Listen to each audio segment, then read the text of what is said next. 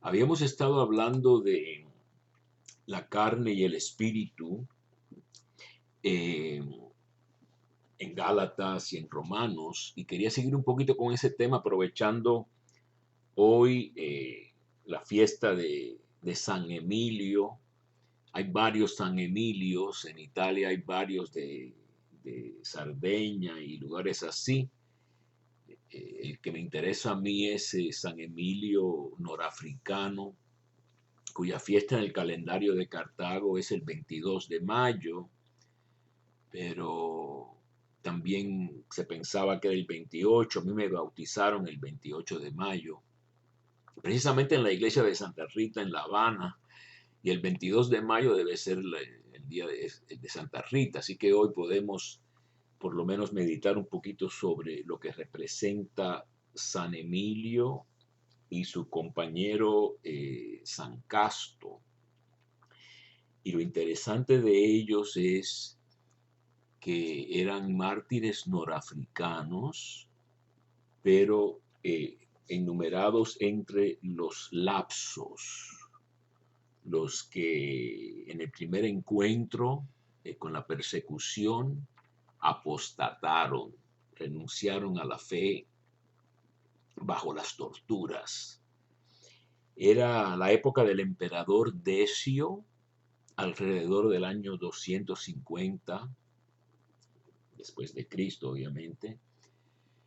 Y una de las cosas de este emperador era ofrecer una posibilidad muy fácil de salirse del martirio comprando un libellus, un documento que declaraba que había sacrificado a los dioses esta persona, y así se salvaban del martirio, lo cual viene siendo una apostasía. Pero en el caso de San Emilio y San Casto, ellos fueron torturados y renunciaron. Y entonces en Noráfrica, una iglesia muy latina, muy fuerte, ¿no? Tertuliano y Cipriano, eh, había todo un debate enorme sobre si readmitir a los lapsos, a los apóstatas, que después se arrepintieron. En la iglesia primitiva, lo podemos ver en Hebreos y en otros lugares, había pecados básicamente imperdonables, la apostasía siendo el principal, y después viene el asesinato y el adulterio. Después cambian las cosas y se permite una nueva oportunidad. Pero en este gran debate, el gran obispo, doctor de la iglesia, que también después va a ser mártir, San Cipriano, escribe un tratado que se llama Sobre los lapsos, de lapsi, y ahí menciona a San Emilio y a San Casto como ejemplos de personas que fueron vencidas la primera vez, pero después recapacitaron y se ofrecieron de nuevo, parece ser, fueron torturados grandemente. Y dice Cipriano que así los vencidos en el primer combate, el segundo los hizo vencedores, porque fueron más fuertes que las llamas, los que antes habían cedido a las llamas, y con lo que antes habían sido derrotados, ahora con lo mismo han superado ellos.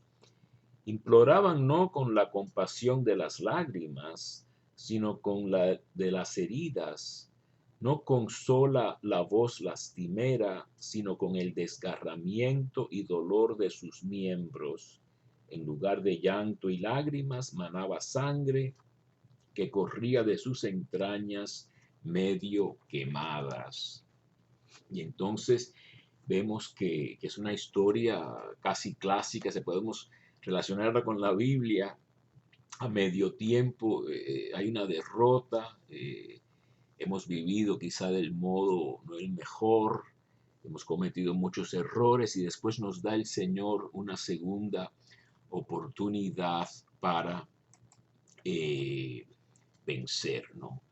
y dejaron tanto recuerdo estos dos mártires que el gran San Agustín, que también era norafricano, de esa iglesia latina, aunque se fue para Italia, ¿no? Después regresó y fue obispo de Hipona, ¿no? En el natalicio de estos dos santos, me imagino yo que era en mayo, no sé si sería el 22, natalicio siendo la fiesta de su martirio, dedica su sermón 185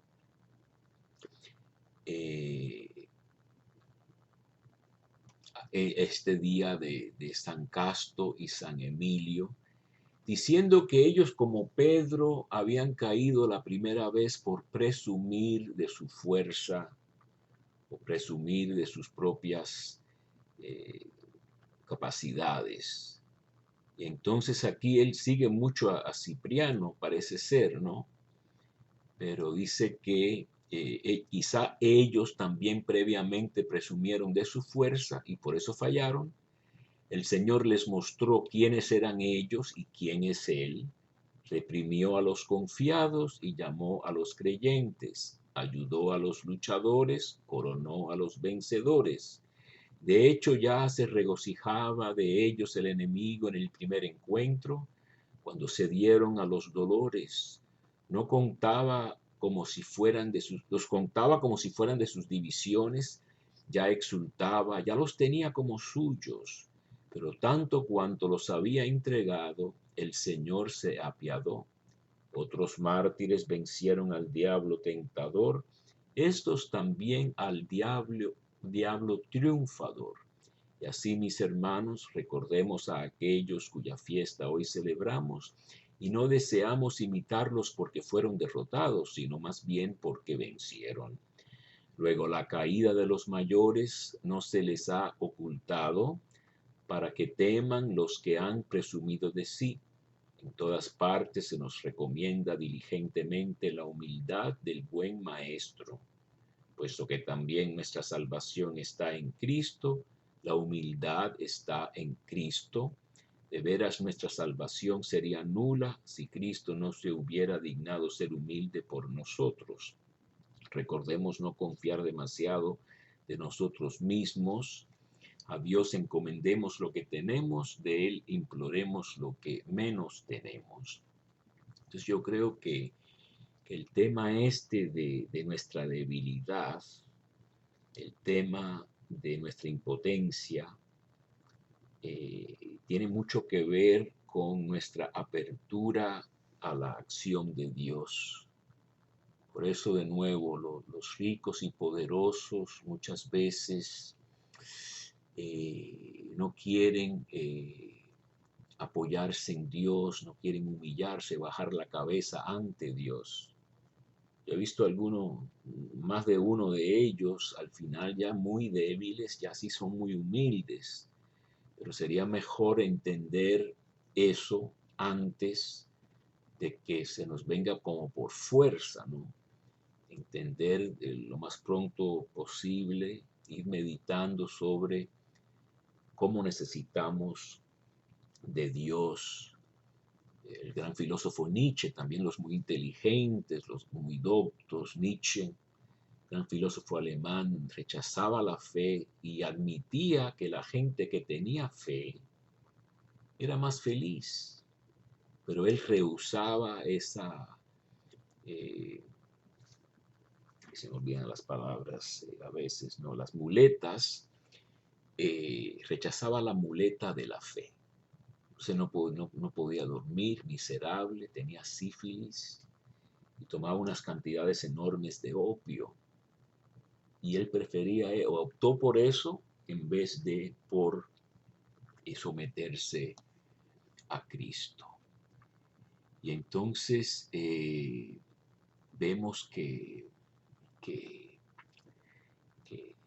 la misma debilidad que tenemos nosotros es lo que nos hace muchas veces volvernos a Dios. El gran experto en esto en la Biblia es San Pablo, desde luego, ¿no? Y en la segunda carta a los Corintios, este San Pablo, que si vamos a San Pedro en Roma, vemos que tiene la gran estatua con su espada del Espíritu, etcétera, ¿no? Pero en su vida, San Pablo dicen que era bajito, chaparrito, que no hablaba bien, que no tenía un aspecto impresionante, y venían estos superapóstoles con grandes credenciales de donde venían y lo que habían hecho y tal y cual, y competían con él, y él tenía que convencer con lágrimas y con amenazas muchas veces a los corintios de que él era el padre de ellos y que tenían que escuchar la palabra de Dios que él les había predicado y no dejarse guiar por vanidades, distracciones de gente presumida, precisamente. Entonces, en el capítulo 12 de la segunda a los Corintios, él teniendo que justificarse, presentar sus credenciales, empieza a hablar de una revelación que tuvo, que fue arrebatado hasta el tercer cielo, lo dice un poquito oblicuamente, ¿no? Dice, si ese hombre en el cuerpo, fuera del cuerpo, no lo sé, Dios lo sabe, fue arrebatado al paraíso y oyó palabras inefables que el hombre no puede pronunciar, de ese tal, como si fuera otra persona, me gloriaré, pero en cuanto a mí, solo me gloriaré en mis flaquezas. Entonces se pone a dar lo que se llama un catálogo de virtudes, ¿no? En griego y en el mundo grecorromano se hablaba de todas las grandes hazañas que se habían hecho. Y él lo que pone en la lista es de todas las derrotas a nivel de persecución, de golpes, naufragios, y termina con lo más humillante, que lo bajaron por una cesta, para salir por la muralla de la ciudad, ¿no? Eso todo tiene un significado tremendo de humillación y de un escape un poco honroso, ¿no? Y dice incluso, ustedes conocen el pasaje este, a lo mejor que por eso, para que no me engría con la sublimidad de esas revelaciones, fue dado un aguijón a mi carne. Nadie sabe lo que se trata, si era una enfermedad o que una tentación, qué sería. Un ángel de Satanás que me abofetea. Lo pone en el presente, no fue como en el pasado que algo pasó. Para que no me engría. Por este motivo 3 veces rogué al Señor que se alejase de mí, pero Él me dijo, mi gracia te basta, que mi fuerza se muestra perfecta en la flaqueza. Y termina diciendo, cuando soy débil, entonces es cuando soy fuerte. Entonces ese es el gran misterio, ¿no? Que Cristo mismo se humilló al extremo y por eso Dios lo exaltó. Es lo que dice Pablo en Filipenses 2. Se hizo no solamente, no se aferró a la condición divina, se hizo hombre, un hombre cualquiera, y sufrió la muerte, y no cualquier muerte, sino muerte de cruz cada vez mayor, ¿no? Ese abajamiento de Cristo para después ser súper exaltado y que todas rodillas se doblen en el cielo, en la tierra y debajo de la tierra. Yo creo que la próxima vez vamos a ver eh, lo que dice la epístola a los hebreos sobre la fe, que tiene que ver también mucho con la esperanza. Y hay una expresión muy curiosa en ese capítulo 11 de la carta a los hebreos que vamos a comentar si Dios lo permite, que la traducción correcta debería de decir que se fortalecieron a través de sus enfermedades. Parece una contradicción, ¿no? Pero se está hablando de un fortalecimiento espiritual que es propiciado por la debilidad humana, carnal, física, incluso de salud. Todos los santos terminaron muy sufrientes, ¿no? Nos da miedo eso, pero es el camino, ¿no? De todos, casi todos. Entonces yo con eso los dejo en la debilidad nuestra, sin presumir, Dios viene a ayudarnos. Gracias.